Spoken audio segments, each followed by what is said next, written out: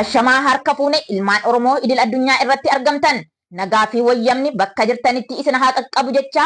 baga guyyaa yaadannoo fincila diddaa gabrummaa waggaa 19ffaa Sadaasa 9 bara 2024 isin gahe nun gahe.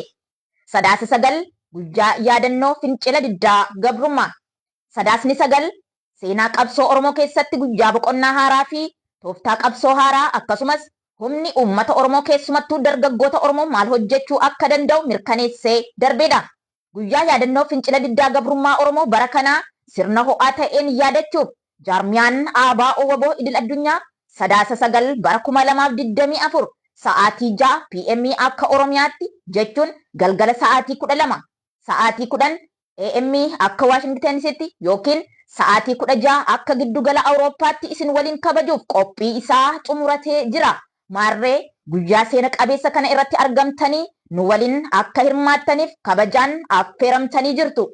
Guyyaa kana hooggantoonnii fi qondaalonni ABO WBO dirree qabsoo irraa akkasumas bu'uuressitoonni ABO gameeyyiinis seenaa fincila diddaa gabrummaa Oromoo fi haala qabsoon Oromoo yeroo ammaa irra jirtu ilaalchisee ibsa bal'aa nuu laachuuf qophii isaanii xumuratanii jiru. Keessummootni dirree irraa argaman ajajaa olaanaa ABO WBO Jaalmarroo Dirribaa, itti aanaa ajajaa olaanaa ABO WBO Jaal Gammachuu Abbooyyee, gaafatamaa damee siyaasaa fi jaarmiyaa ABO WBO Jaal Booree Lammii,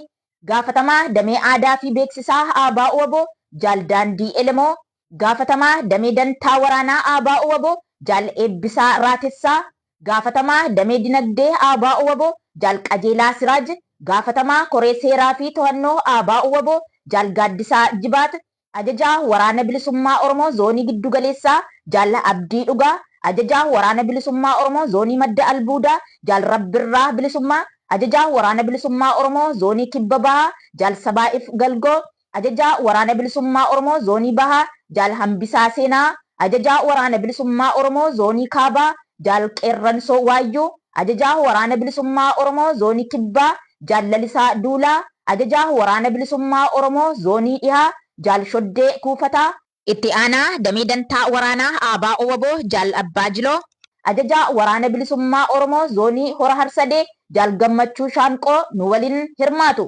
Kanaaf jecha guyyaa kana onlaayinii karaa toora zuumiin seentanii akka nu waliin qooda fudhattan kabajaan waamicha keenya isiniif dhiyeessina. Koree qindeessituu sagantichaa irraa.